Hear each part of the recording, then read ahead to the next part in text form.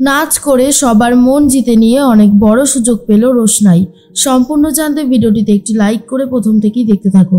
গল্পের শুরুতেই দেখা যায় রোশনাইকে নিয়ে আরণ্যক অনেক আশাবাদী যে রোশনাই আজকে প্ল্যাটফর্মে কিছু একটা তো করবেই নাচ করে, কারণ ওর তো করাই উচিত, ও এত ভালো নাচ করে, এটাই তো ওর আইডেন্টিফাই। এর মধ্যেই গরিমা তখন বলে, আরণ্যক কি সুন্দর নাচ করছে দেখো মম। এরপরে আরণ্যকের নাচ করার সময় আসে। আসলে অফিসের যারা এমপ্লয়িরা আছে তারা সবাই মিলে একটা নাচের পারফরমেন্স করে, আর যেটাই আরণ্যককে দেখতে খুবই ভালো লাগছে। আরণ্যক নিজেও খুবই খুশি এই পারফর্মটা করতে পেরে।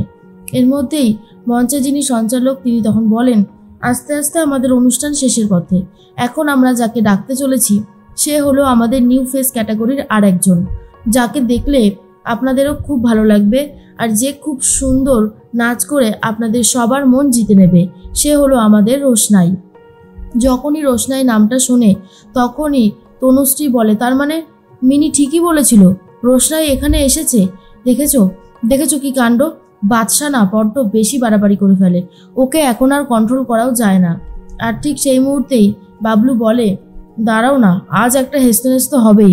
সুরঙ্গমা ম্যাডাম কি ওকে এত সহজে ছেড়ে দেবে? আর গরিমার কথা তো আমি বাদই দিলাম, ও যে কি করবে আমার সত্যি মাথায় আসছে না। তোমার ছেলের কোনো কাণ্ডজ্ঞান নেই, এই সমস্ত কাজবাজ কেউ করে? এমনিতেই আমার খুব ভয় লাগছিল, আর সেটাই হলো। সেই রোশনাইকে দিয়ে নাচ করাবে বলে বাদশা উঠে পড়ে লেগেছে। জাহ্নবী তখন রাজাকে বলে, দেখলে রাজা, আমাদের বাদশার কিভাবে মিথ্যে কথা বলে গেল। যতবার জিজ্ঞেস করেছি এই প্রসঙ্গটা ততবার বলেছে গোপনীয়তা রক্ষা করছে, আর কেন রক্ষা করলো এইটা আমি এখন হাড়ে হাড়ে বুঝতে পারলাম। রাজা বলে, সুরঙ্গমা ম্যাডাম বাদশাকে এত সহজে ছেড়ে দেবে না, এর একটা হেস্তনেস্ত করে তবেই ছাড়বে। সুরঙ্গমা ম্যাডামকে আমি খুব ভালোভাবে চিনি। তখনই বাবলু বলে, একটা বাড়াবাড়ি আজকে হবেই। তখনই বাবলু উঠতে চায় আর বলে, আমি রোশনাইকে স্টেজ থেকে নামিয়ে দেবো দেখো। কিন্তু তনুশ্রী বলে, না না না না, এই ভুল এখন আর করো না, ওকে নাচ করতে দাও। আজ রাতের বেলায় বাদশাদের বড় পার্টি আছে, সেই পার্টি শেষ করে ও ফিরবে অনেক রাতে, তার মধ্যে আমাদের একটা ব্যবস্থা করতেই হবে, এছাড়া আর কোনো উপায় নেই। তখন জাহ্নবীকেও সেই একই হিন্টস দিয়ে রাখে তনুশ্রী। আর অন্যদিকে সুরঙ্গমা বলে, অসম্ভব ব্যাপার, আমি এখানে কোনোভাবেই নাচ করব না, কোনোভাবেই না, সমস্ত বারবারন্ত আর সহ্য হচ্ছে না। এরপর সুরঙ্গমা বেরিয়ে যেতে চায়। গরিমা তখন বলে, মম আমার কথাটা শোনো, তুমি যদি এইভাবে চলে যাও তাহলে আমাদের মান সম্মানটা নষ্ট হবে। আমাদের পারফর্ম দেখার জন্য প্রচুর মানুষ অপেক্ষা করে রয়েছে, তুমি দয়া করে এমনটা করো না। সুরঙ্গমা বলে, এই শোনো, আমি কি করব আর কি করব না সেটা অবশ্যই আমার ব্যাপার, তুমি আমাকে বেশি বকবক করতে বলো না, কারণ আমার ভালো লাগছে না, আমি এখান থেকে চলে যাব। গরিমা রিকোয়েস্ট করে আর বলে, না মম তুমি যেও না, প্লিজ যেও না। কিন্তু সুরঙ্গমাকে আটকানো যায় না। সুরঙ্গমা তখন বলে, শোনো, তুমি যেটা করতে চাইছো সেটা অন্যায় করছো, বুঝতে পেরেছো? এর মধ্যেই রোশনাইয়ের পারফরমেন্স শুরু হয়ে যায়। রোশনাইয়ের পারফরমেন্স দেখে সুরঙ্গমা তো আরোই রেগে যায় আর বলে, এখানে আমি কোনোভাবেই আর নাচ করব না। যেই প্ল্যাটফর্মে রোশনাইয়ের মতন সস্তার মেয়েরা নাচ করে সেখানে আমি কোনোভাবেই নাচ করতে পারবো না। গরিমা বুঝতে পারে তার মম ভীষণ রেগে গেছে, মমকে আর কন্ট্রোল করতে পারে না, আর বলে, মম তুমি যদি এইভাবে রেগে যাও তাহলে বিপদ ঘটে যাবে, তুমি একটু শান্ত হও না মম। কিন্তু সুরঙ্গমা তখন বলে, এত কিছু দেখার পরেও তুমি আমাকে শান্ত হতে বলছো গরিমা? তোমার কি সমস্ত কিছু চলে গেল, বিবেক বিবেচনা বুদ্ধি সব শেষ করে ফেলেছো তুমি আরণ্যকের প্রেমে পড়ে?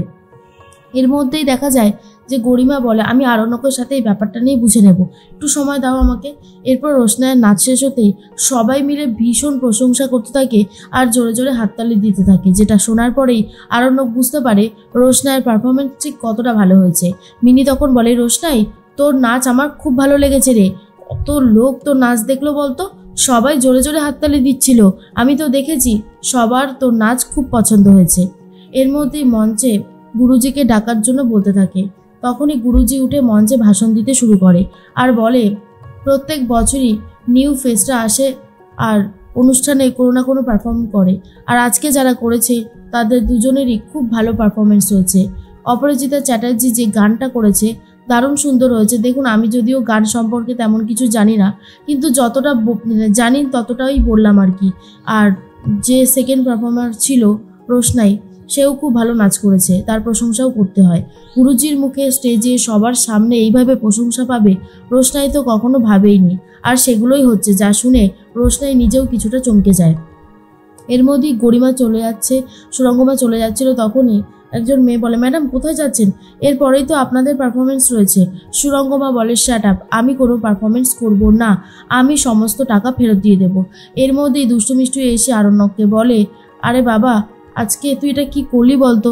তখন আরণ্যক বলে, দেখ, যেটা করেছি ভালোই করেছি।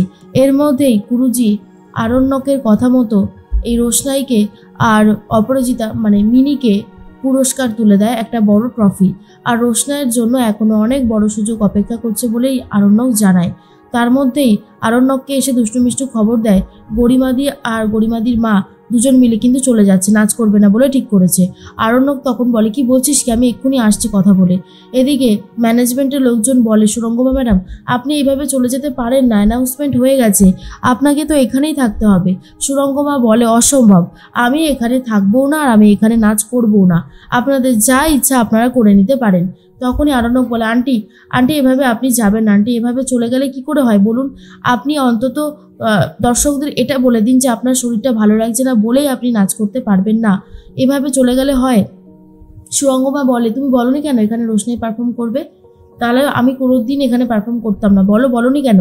আরণ্যক বলে, রোশনাই তো নিজের যোগ্যতা দিয়ে পারফর্ম করেছে, আর ও তো আপনার পথে বাধা হয়ে দাঁড়ায়নি, তাহলে আপনি এত বেশি রিয়াক্ট করছেন কেন?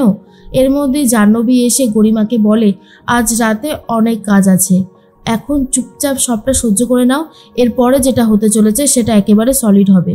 তখন রোশনাইয়ের কথাই বারবার ভাবতে থাকে গরিমা, আর বলে, আমি আর ওই মেয়েটাকে সহ্য করতে পারছি না, সমস্ত জিনিস ও আজকে ক্রস করে গেছে, ও এইভাবে নাচ করলো কেন? গরিমার খুব কষ্ট হচ্ছে। আর গরিমা তখন আরণ্যককে বলে, তুমি কি এটা ঠিক করলে আরণ্যক? না না, বলো না, তোমাকে যখন বারবার করে আমরা জিজ্ঞেস করলাম তুমি আমাদেরকে বললে না, আর কেন বললে না এখন তো বুঝতে পারছি, তাহলে কি ভেবে নেব যে তোমার সাথে আমার সম্পর্কটা থাকবে না?